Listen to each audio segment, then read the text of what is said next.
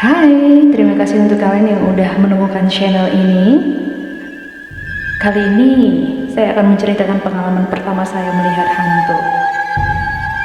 But just for your information, saya bukan seorang indigo yang mungkin dikatakan orang bisa memprediksi kapan hari kiamat atau apa yang akan terjadi ya.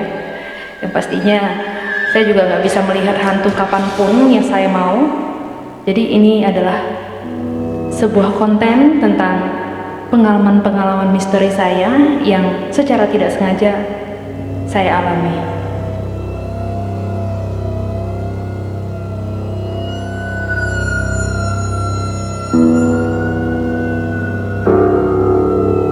Cerita bermula pada saat saya masih sangat kecil sekali.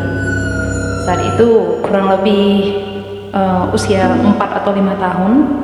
Namun karena pengalaman ini sangat berkesan, maka sulit untuk saya melupakan kejadian ini. Pada saat itu, di rumah kami telah usai mengadakan sebuah pesta, dan beberapa kerabat menginap di rumah tersebut. Rumah kami memiliki 4 kamar, 3 kamar yang besar di ruang tengah dan 1 kamar tamu di ruang depan.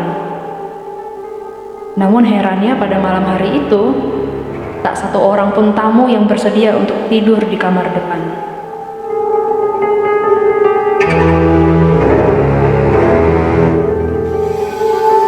Atas permintaan dari ibuku, maka aku dan bersama beberapa saudaraku mengalah untuk tidak tidur di kamar. Jadi akhirnya kami tidur di ruang tengah dengan beberapa saudara yang seumuran. Tiba-tiba pada malam sekitar pukul 12 aku terbangun. Aku sangat ingat sekali pada saat aku terbangun aku melihat jamnya. Itu pukul 12 malam. Semua orang terlelap, termasuk di situ ada abangku juga. Tidur sangat lelap sekali. Aku terbangun karena aku mendengar sebuah suara yang memanggil-manggil namaku. Aku mencari di manakah letak sumber suara tersebut sampai akhirnya aku menemukan sumber suara itu berada di kamar depan. Entah mengapa keberanian dan rasa penasaran yang sangat tinggi membuat aku berjalan ke kamar tersebut. Kondisi kamar tidak ditutup ya, pintunya terbuka, hanya ditutupi oleh tirai saja. Tapi aku sangat ingat sekali ketika aku menuju kamar depan tersebut, tirai terbuka dengan sendirinya. Dan kalian tahu apa yang aku lihat?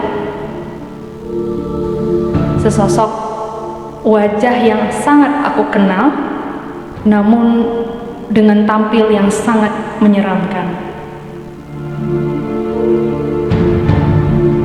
Iya, sosok itu adalah abangku yang saat itu sebelumnya tidur bersamaku. Awalnya aku berpikir itu dia ya, karena sangat mirip sekali. Cuman dia tidak menunjukkan bagian pinggang atau kakinya, jadi posisinya setengah badan ya, setengah badan hanya menampilkan dada, kepala, rambut, ya biasa. Tapi wajahnya sangat putih sekali, matanya melotot, bibirnya pucat. Namun karena kondisinya ketika aku terbangun, aku sempat melihat abangku tertidur di ruang tengah, maka aku berlari ke ruang tengah untuk mengecek, ini bener nggak ini? Masa dia secepat itu ke kamar depan gitu? Dalam hatiku bertanya. Akhirnya aku pergi ke ruang tengah. Pada saat aku lihat di ruang tengah, ternyata abangku masih nyenyak-nyenyaknya tidur dengan mulut yang mangap. Oh my god. Aku pikir, wah ini kok orangnya ada 2 ya. Akhirnya aku lari lagi ke depan, hanya untuk make sure kalau apa yang aku lihat itu benar gitu.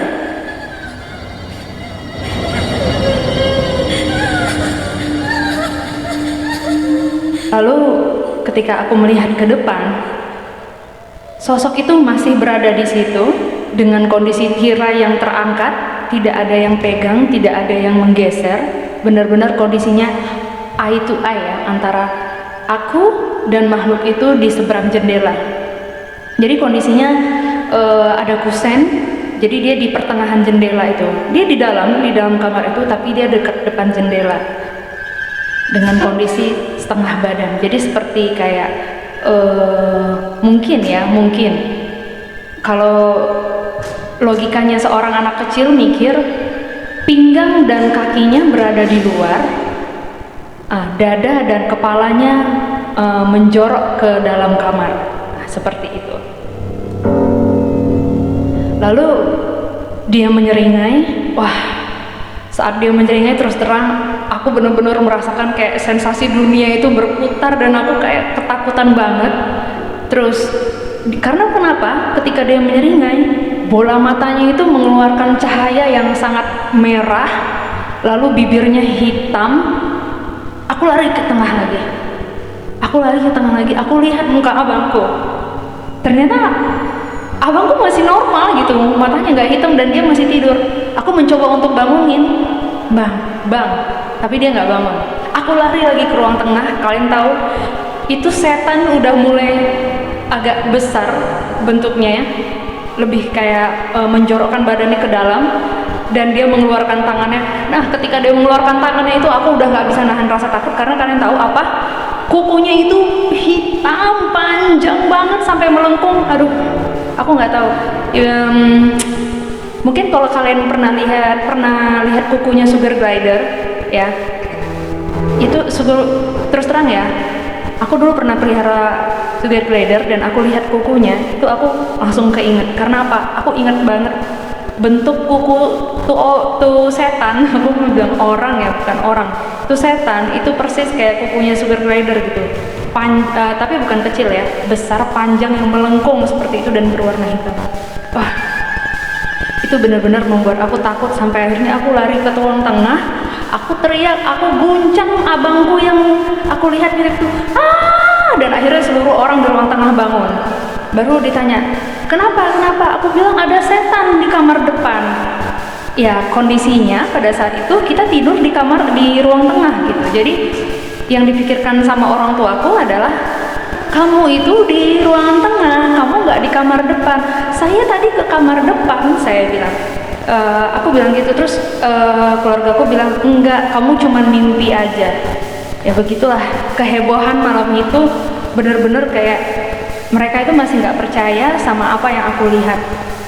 Setelah kejadian itu, aku demam tinggi, aku sakit sekitar 2 hari ya, karena kondisinya itu di kampung. Akhirnya panggil orang pintar untuk mengobati lah gitu. Karena kalau zaman dulu ya, sakit dikasih obat warung, kalau nggak sembuh baru dipanggil orang pintar. Nah, setelah dipanggil orang pintar itu, ya udah, kondisinya bisa sembuh gitu. Dan aku nggak tahu apa yang dibaca-bacakan, diceritakan sama orang pintar ini sama orang tuaku.